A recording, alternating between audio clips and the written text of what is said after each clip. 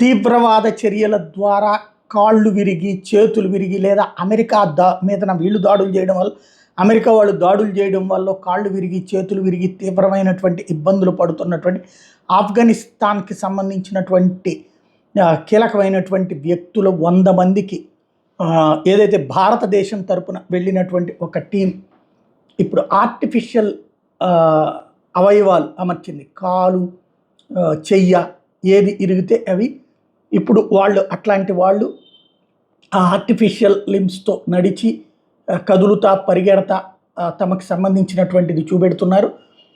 Success అయ్యామన్నటువంటిది.